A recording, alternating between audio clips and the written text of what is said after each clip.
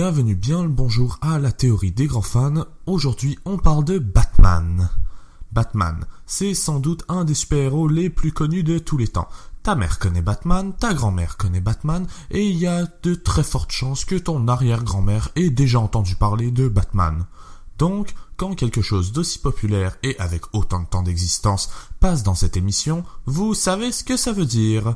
C'est l'heure de tout analyser et de produire une théorie totalement craquée. Si ta théorie est craquée, pourquoi tu la répares pas? Salty, des gars! Mais attends, t'es pas Captain Salty, toi? T'es qui, en fait? Comment t'es entré ici? En effet, je suis pas Captain Salty. Je suis Ponzman. Je ne recule devant rien pour dissoudre l'ordre public avec mes jeux de mots. Quant à comment je suis entré, c'était ouvert. Comme Green Lantern. Tout vert, Green Lantern. T'as compris? Donc, t'es un méchant qui raconte des blagues. Je suis le méchant qui raconte des blagues.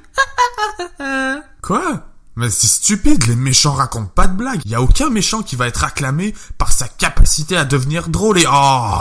Vous savez exactement où est-ce que je vais avec ça.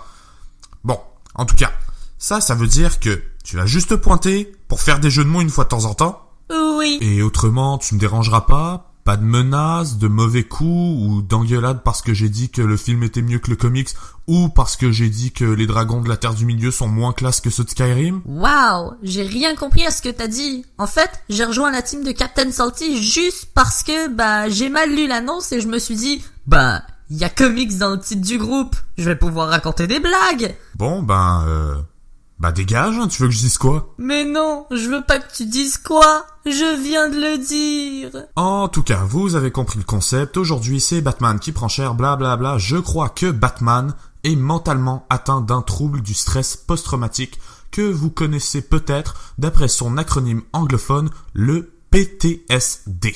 Qu'est-ce que c'est que cette maladisation? Un PTSD est un trouble anxieux sévère qui implique souvent un événement violent comme une mort, une agression, la guerre, une menace, bref, tout ce qu'on peut s'attendre à voir dans la saison 7 de Game of Thrones. Si vous avez ri à cette blague, mes félicitationalisations, vous venez de gagner une éternité dans les flammes de l'enfer. Non, plus sérieusement, je crois que cette maladie horrible touche notre chevalier noir, ou qu'il en a une forme plus avancée ou semblable.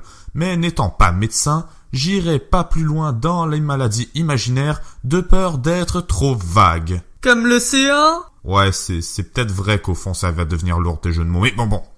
Je crois que Batman imagine toutes les horreurs qui se passent à Gotham City dues à sa maladie. Faisons un tour du côté des causes. Je disais tout à l'heure que le PTSD survient à la suite d'un événement traumatisant. Papa et maman ayant pris des vacances vers l'afterlife, alors que Bruce Wayne n'était encore qu'un enfant, nous pouvons assumer qu'il a été traumatisé dans sa jeunesse. Pour les symptômes, on peut revivre l'événement traumatisant et avoir des genres de cauchemars. Afterlife, cauchemar, nightmare, Avenged Sevenfold, quelqu'un?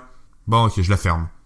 Bon, Bruce est une personne sensible dès qu'on mentionne Thomas et Martha Wayne, ce qui est normal vu les circonstances, mais la partie avec les cauchemars.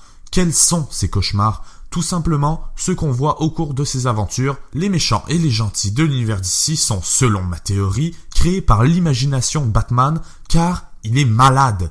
Il est aussi dit que la personne touchée a tendance à éviter ce qui peut lui rappeler le traumatisme. Mais Batman n'évite pas la violence. En fait, il plonge dedans à tête baissée. Théorie démolie, rentrez chez vous et désabonnez-vous. Batman a bien beau rentrer tête première dans la violence, il essaye quand même d'éradiquer les crimes à Gotham et il a son fameux code d'honneur qui lui interdit de tuer et d'utiliser des armes à feu. Parce que tuer des gens avec des armes à glace, c'est vachement plus classe.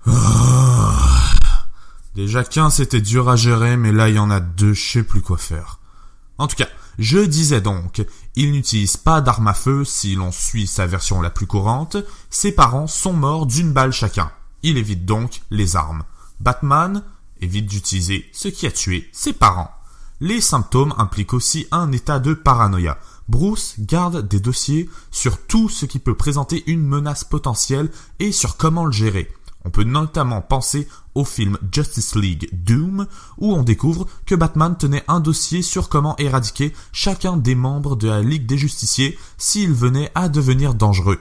Ou encore il y a son armure, la Justice Buster, qui est faite pour contrer tous les membres de la Ligue. La paranoïa de Bruce n'est donc pas à négliger. Batman est le genre de personne qui a toujours un plan de secours à son plan de secours. Après, est-ce que c'est vraiment de la paranoïa dans un monde aussi dangereux que celui d'ici ? Mais bon, on peut établir que Bruce Wayne n'est pas la personne la plus sereine et décontractée de la surface de la planète. De l'autre côté, il y a quelque chose qui m'a toujours intrigué chez Batman, c'est la famille. Demandez à quelqu'un qui connaît seulement les films de Batman ou très peu les comics, il est très probable qu'il ait de la misère à identifier la famille éloignée de Bruce. Tu sais, les cousins germains, les demi-tiers de demi-cousines, bref, tout ça. Je crois que cette famille est pourtant bien présente. Si Batman a atteint un niveau de démence assez élevé, il a pu être enfermé à l'asile d'Arkham. C'est pour ça que cet asile est si présent dans son histoire. Les membres de la Bat Family sont simplement les membres de la famille réelle de Bruce qui tentent de l'aider. Ah, et pour ceux qui savent pas, la Bat Family, c'est tous les Robin, les Batgirl, les Batwoman, Red Hood, Spoiler, Red Robin, Batman Beyond, blablabla, et mon petit préféré Nightwing. En plus, le titre dit bien la Bat Family, la Bat Famille, la famille de Batman. On imagine bien Red Hood étant celui qui a dû s'absenter pour des raisons XY et qui est revenu après. Nightwing, le frère, qui est dédié à poursuivre sa vie seul, ou encore Damian Wayne, le petit frère qui se battait toujours à l'école et qui a vécu longtemps en famille d'accueil, mais après je crois que cette partie est laissée à l'interprétation. Chacun son avis sur les membres de la Bat Family. Donc, ce que je viens de dire est plus une idée personnelle qu'un argument, et si vous avez des idées sur qui représente quel membre de la famille, zone commentaire. On a aussi les méchants. On peut pas faire un épisode sur Batman sans parler du Joker, c'est pas possible. Qui représente selon moi toute la folie de Bruce.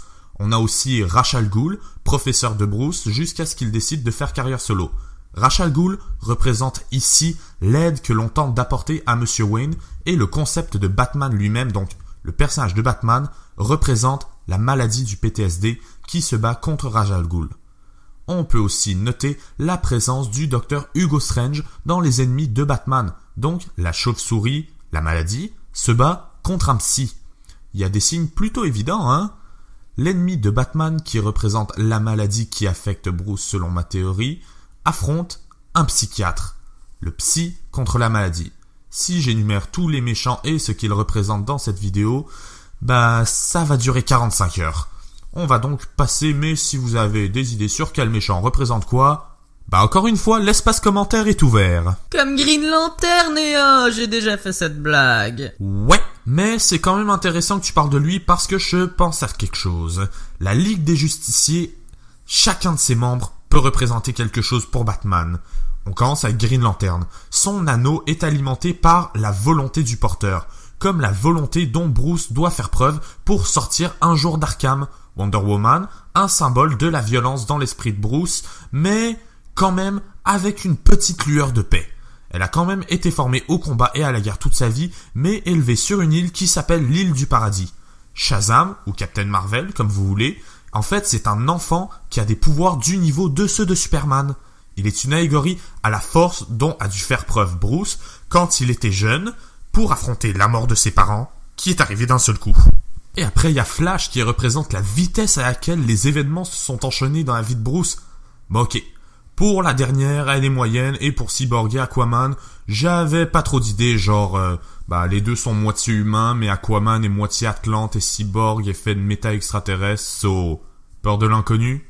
Encore une fois, espace commentaire si t'es pas content. Vous en faites pas, j'ai gardé le plus important pour la fin, Superman. Les vrais fans savent que Superman est un symbole d'espoir sur Terre. Si Batman représente la maladie de Bruce, Superman représente l'espoir de guérison de Bruce.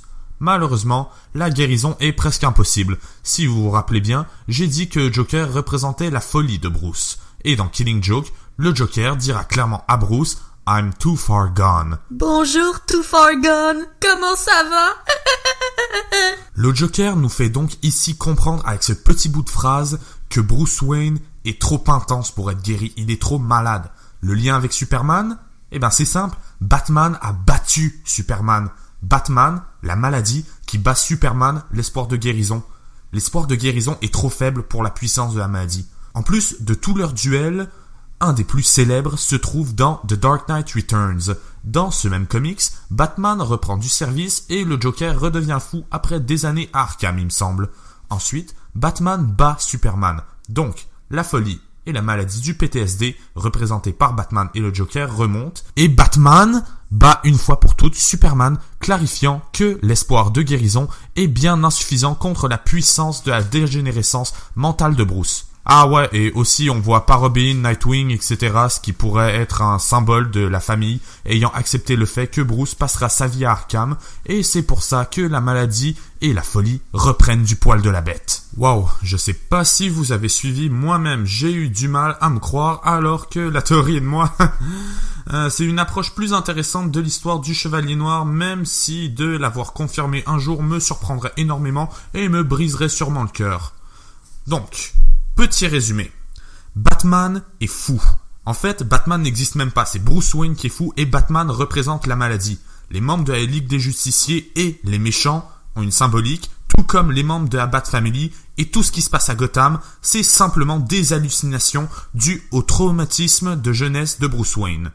Et vous en pensez quoi? Dites-le moi en commentaire. Le moi en commentaire. Pensez à vous abonner au passage. Sur ce, je vous laisse, on envoie le générique.